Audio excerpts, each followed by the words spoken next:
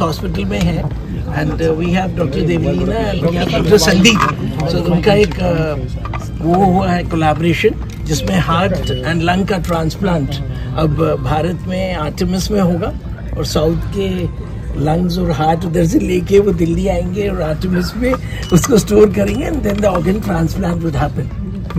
ये थोड़ा गलत है। ये थोड़ा गलत है। हम क्या कर रहे हैं कि हम नॉर्थ इंडिया में एक state of the art heart lung transplant centre बना रहे हैं ताकि लोगों को, नॉर्थ इंडिया के लोगों को नॉर्थ इंडिया में ही इसकी सुविधा मिले। नॉर्थ इंडिया के डोनेशंस नॉर्थ इंडिया में ही रहे। साउथ में ऑलरेडी डोनेशंस हो रहे हैं, अच्छा हार्ट लंग ट्रांसप्लांट का काम चल रहा है। दिस इज़ टू, ये हमें ट्रांसप्लांट्स के नंबर्स बढ़ाने के लिए ताकि ज़्यादा से ज़्यादा लोग कम से कम खर्चे पे फिर से एक नॉर्मल लाइफ जी कर सके। और इनको सुविधा हम नॉर्थ साउथ ईस्ट वेस्ट हर जगह हम देना चाहते हैं मिल के। हमारे पास इंफ्रास्ट्रक्चर है, इनके पास टीम है, हमारे पास pre and post op team है, तो मिल के काम करेंगे तो जैसे बोलते हैं 1 और 1 11 होता है, तो वो ही इम्पैक्ट हम in the space of heart lung transplant लाना चाहते हैं।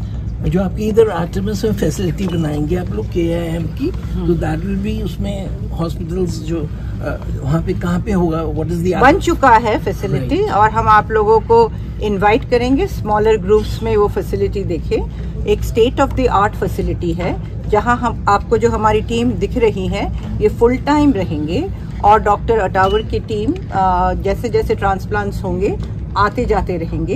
ये टीम हमारे इधर काम करते हैं और किम्स हैदराबाद में भी काम कर चुके हैं, तो इनको ये वर्क कल्चर क्या एक्सपेक्टेशन है सब समझ आता है।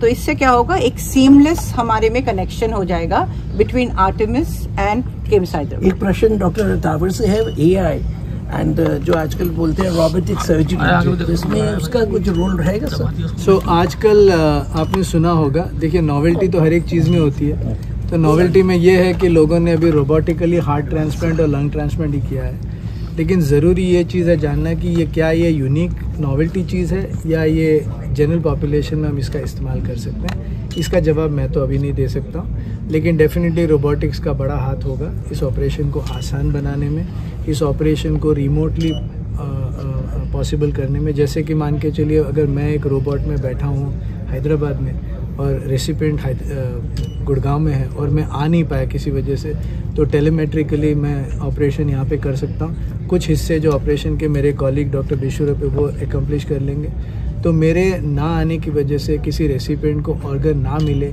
ये नहीं होगा।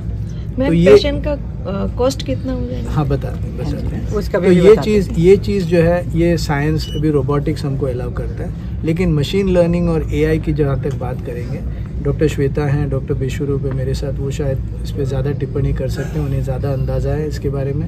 वो लोग अभी ये सब नॉवल चीज़ें सीखते हैं, हम लोग तो पुराने ज़माने के लोग हैं, लेकिन मुझे लगता है इससे ऑर्गन के सक्सेस की प्रेडिक्टेबली अच्छी हो सकती है। जैसे अभी हमारी सबसे बड़ी तकलीफ़ ये है कि एक डोनर और एक रेसिपिएंट के बीच में मैच मिलाना ये थोड़ा सा मुश्किल है अभी, क्योंकि हमारे पास सुविधाएं टेस्ट बहुत लिमिटेड है। लेकिन AI का जब ग्रोथ होगा और AI में जो इन्फॉर्मेशन आएगा उससे हम मैचिंग बेटर कर सकते हैं, शायद आउटकम्स भी बेहतर होंगे। Shweta, would you like to say something about it?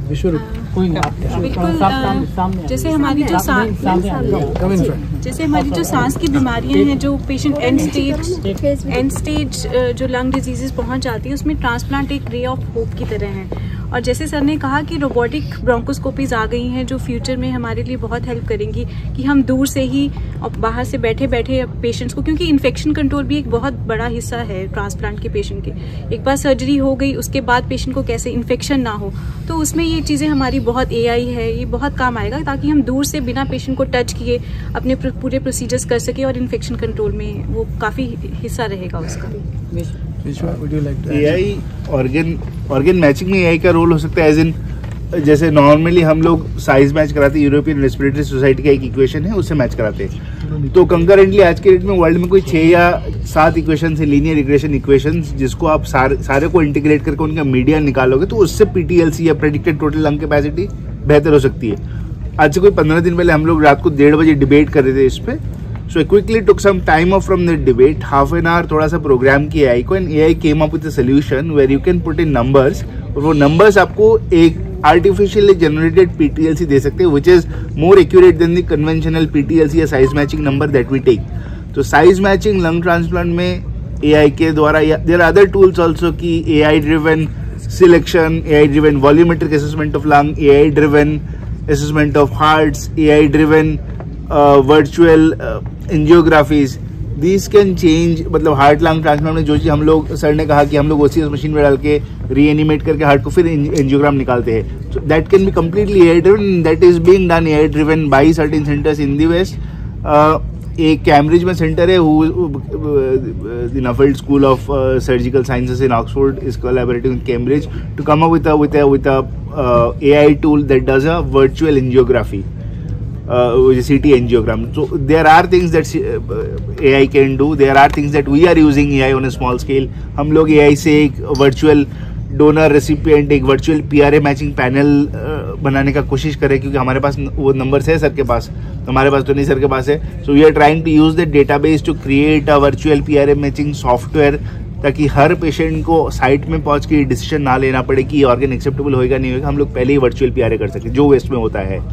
तो AI is driving a lot of our transplant work into a very cohesive force. And one thing apart from everything that I would like to say is that आप लोग सब लोग Google करते हो, so we have spoken about the pre-op, intra-op and the post-op part.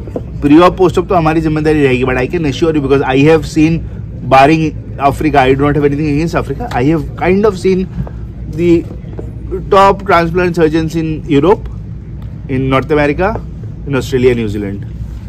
David McGiffin, Marcelo Seipel, Walter Klebetko, Konrad Hodgenecker, and Sandeep Patawar. So intra-op is world class. Intra-op is second to nobody.